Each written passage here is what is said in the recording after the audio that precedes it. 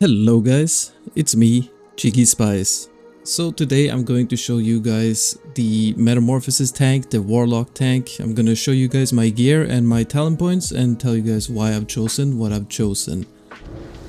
This is of course the Metamorphosis, so let's just go ahead and take a look at my gear straight away. For our helmet, we have chosen the green tinted goggles. This is from Engineering 150. It doesn't have the highest armor, but it does have a lot of stamina, so that's why we're going to choose this. One thing I want to mention is that Metamorphosis increases your armor by 500%, so you really want to pay attention to how much armor each piece you choose has, because it really does make a difference, basically times 5, right? So for the shoulder pads, we're going with Magician's Mantle. This is pretty much going to be best in slot because it has the highest amount of armor. You can choose the ones in BFD that has stamina as well. You're only losing not that much armor, so they're probably going to be better. But for now, these are definitely going to be doing the job well enough for me until I can get those shoulder pads at least. For the cloak, we have this 5 stamina cloak. We can get a better cloak here in Wetlands for free.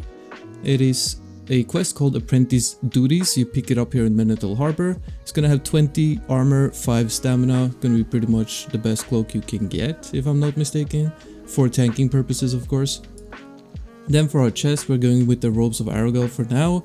High stamina, high intellect, high armor, free to get from SFK. For our wrists, we still need to improve these ones. Basically, you just want to get stamina and as high level as possible to get maximum amount of armor. You can also go for spell power, something like fire damage or shadow damage. Fire damage might be better with the tank build, but stamina is also going to be really nice, of course, when you're tanking. For our weapons, we're going to be using a one hand with an offhand. So for my dagger right now, I'm using this one from BFD. It increases my damage done by fire spells and it has 3 stamina on it. I'm going to ahead and put beast slaying on it because you're actually attacking a lot of beasts right now, so it doesn't actually hurt to have that on there. Now the reason why we're going with a one hand and not a two hand is because you can get a offhand with 50 armor on it. This is from a quest chain in Duskwood. There is also a white one you can get from killing Stitches, which also has 50 armor, and to my knowledge these are the only offhands with armor on them. And like I said, 500 times increased armor means that 50 armor is going to be a huge deal. As you can see, I have 2284 armor self-buffed with demon armor. For our gloves, we kinda oofed a little bit and bought these ones while I was sleep deprived. Blame the grind. I thought it was spell damage, but of course this is just healing.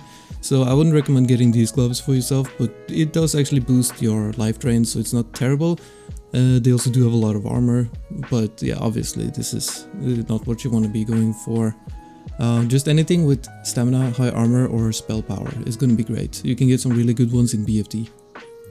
For the waist, we went with this Belt of Aragel from SFK. It's the best one pre-bis, so high armor, no stamina, but it has a lot of intellect. So, I mean, the more intellect you have, the more you crit, the less you need to life tap, etc. For the pants, this is definitely pre-bis, if not bis. This is from a quest chain in Duskwood, where you have to kill the 31 elite Morbid Fell. Kind of tricky to do that one alone, but you can just group up and get it done. Definitely get these ones, because they are going to be pre-bis. Then for the boots, we're just using these ones, high level, high armor, 4 stam, 5 int. As you can see, I'm putting reinforced armor, that's the heavy padding on all of my armor pieces. Now the heavy padding only gives you plus 24, it does not get amplified by the 500% in Metamorphosis. For the ring, we are currently using this one from BFD. It increases damage and healing by 7. It doesn't have any stamina, but that's okay. Spell power is really powerful, so definitely you want to be stacking spell power when you get those pieces. Then we have the Seal of Rin. This is pre-bis for pretty much every class, I think. You get it from the Stormwind quest chain. Pretty lengthy quest chain, but just search it up on Wowhead and you can figure out how to do it if you don't know. And then for the wand, we're just using this one from BFD. It has some shadow resistance, so it's you know, it's some extra resistance. Obviously in Metamorphosis you don't have any additional resistance, you only have physical resistance, so if you can stack resistances, that's going to be pretty beneficial for you. So about the runes, your pretty much cookie cutter one is going to be Master Channeler, Demonic Grace, and then Metamorphosis obviously. Well, you can do something interesting by using Lake of Fire. It depends kind of on the content, maybe for clearing trash mobs faster or something, but it does drastically increase the damage of your Searing Pain. So you just do a quick Rain of Fire to leave this field down below, and then it increases the damage you deal by fire spells by 40%, and it also increases the damage of your imp, so you can just spam your Searing Pain, you know, dealing a lot more damage. It's around 70 to 80 damage I'm doing on my Searing Pains with this, and my imp is also hitting for around 80 on his firebolts. So it's like, if you want to just, I don't know, deal more damage, that is something you can do. Obviously you're giving up Master Channeler though, so it's probably not worth it to do on a boss or anything, but maybe if you're just farming mobs, or if you're clearing trash, I just want you to be aware of that. But the pretty much cookie cutter build is going to be Demonic Grace, Master Channeler, and Meta. Then for our talent trees, we decided to go into Affliction, get 5 out of 5 Corruption just for that instant cast. It's still really worth it even though you're tanking. Then we got the improved life tap, just so you can, you know, you're tanking, you don't want to be spamming life tap obviously, so as much mana as you can get out of life tap is going to be huge. Then we went 4 points into drain life. You can go 5 points if you want to, and then just maybe take away 1 point from life tap. You do have 100% increased efficiency with life tap already, so it's kind of up to you. I felt like this was the best overall way for me though. And then we just went 5 points into Demonic Embrace for that maximum amount of extra stamina. As you can see, self-buffed with the Impactive, I have 1059 stamina currently. We can go even higher with this once I improve some of my pieces like the wrists and the gloves. And maybe the shoulder pads, we'll see. With a stamina buff from a priest, for example, we're going up to like 1300, which is pretty insane. So that's pretty much going to do it right there. Most of these pieces are very easy to get, a lot of them are free. So yeah, just go out there and go nuts with this build. This build is also good in PvP, by the way, if you play it correctly. You have Chase with the charge, you have a lot of damage.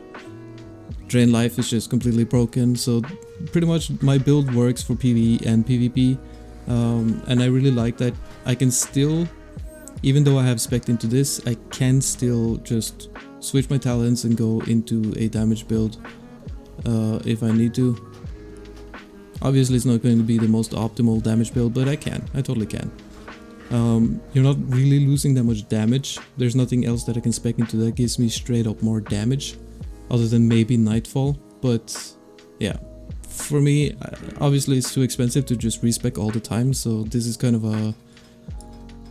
It works for all content. You can easily tank in the BFD raid with this build as well, so it's like, it's really not an issue. It's mostly your gear that's going to be dependent, as long as you have some of the essential perks, and I think these are the essential talent points, excuse me. So as long as you have these two, you're pretty much good to go. This is also very nice, but you don't have to do it. You can go improved imp, you can go improved hellstone, you can even go into improved, well, cataclysm maybe. I probably wouldn't go into any of that. You can just drop this and go further into affliction if you want to. But yeah, that's the build that I've been using. It's working out well for me. If you have any questions, just feel free to leave them down below and I'll be happy to answer you. If you did find this video helpful, I would appreciate it if you could hit that like button. And as always, have a nice day. Peace.